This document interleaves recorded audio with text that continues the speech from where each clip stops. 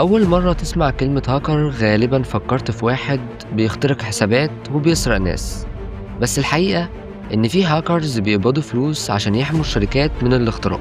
إزاي نفس الشخص ممكن يكون مجرم أو بطل؟ في الفيديو ده هفهمك مين هو الهاكر بجد وإيه أنواعه وإزاي كل واحد فيهم بيفكر.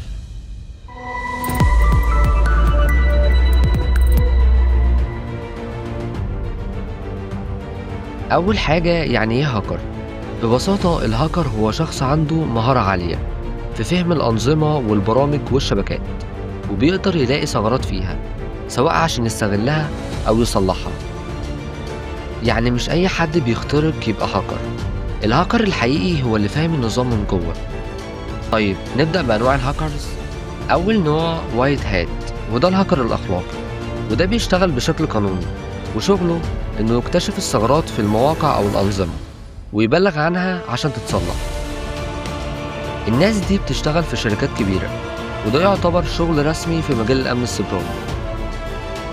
تاني نوع بلاك هات، وده أخطر نوع، وده بيستخدم مهاراته في الاختراق بشكل غير قانوني زي سرقة بيانات أو اختراق حسابات أو ابتزاز. وده النوع اللي أغلب الناس بتفكر فيه لما تسمع كلمة هاكر. تالت نوع جري هات، وده في النص بين الاتنين. ممكن يخترق نظام من غير إذن بس مش بهدف الضرر. ممكن يبلغ عن الثغرة بعد كده، لكنه برضه كده بيخالف القانون. في أنواع تانية برضه لازم تعرفها. سكريبت كيدي، وده شخص ما عندوش خبرة كبيرة وبيعتمد على أدوات جاهزة من الإنترنت من غير ما يكون فاهم بيعمل إيه. هاكتيفيزد، وده شخص بيستخدم الاختراق عشان يدعم قضية أو فكرة سياسية أو اجتماعية.